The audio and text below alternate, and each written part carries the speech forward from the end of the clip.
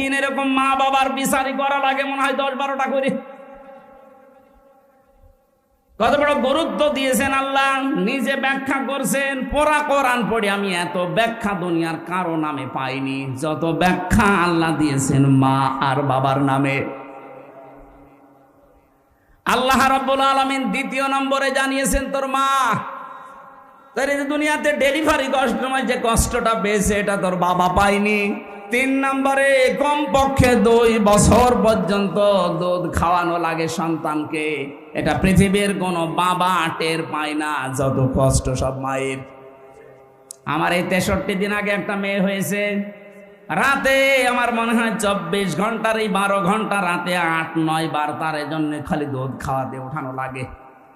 অথচ এই দুধ খাওয়ানোর দায়িত্ব কিন্তু আমার বউর না, ও দায়িত্ব আমার। এটা আমি বানালাম না, কোরআনে কারিমে আল্লাহ জানিয়েছেন ওয়ালিদাতু ইরদিউনা আওলাদাহুন্না হাওলাইনি কামিলাইনি লিমান আরাদা ইয়াতিম্মার রাদা। সূরা বাকারা 2 নম্বর পারা 17 নম্বর পৃষ্ঠার 1 নম্বর লাইনের 231-32 নম্বর আয়াত। ভালো করে মিলাবেন যারা জ্ঞানী মানুষ আছেন। আল্লাহ পাক বলেন আমি দায়িত্ব দিয়েছি।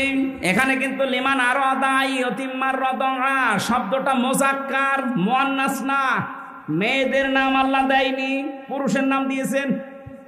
যে সন্তানকে 2 বছর দুধ খাওয়ানোর দায়িত্ব বাবার না মায়ের? কোথায় পেয়েছেন মায়ের আন্দাজে? এখানে হুজুর বসে নেই।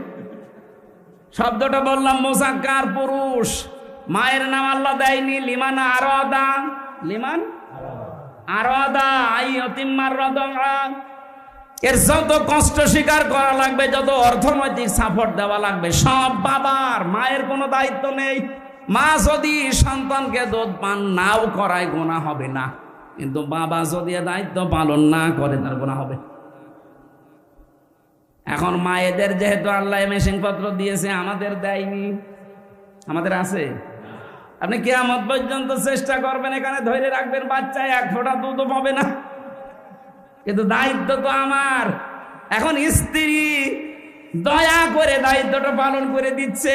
ও যদি বলে তোমার এক একটা ছেলে মেয়েকে 2 বছর খাওয়াতে পারি, 5 লাখ করে টাকা দেওয়া লাগবে না, তাই দেওয়া লাগবে।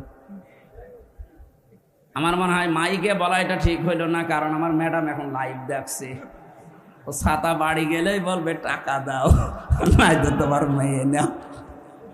আমি তো একটা বিপদে পড়ে যাবো না, এটা বলে ফেললাম।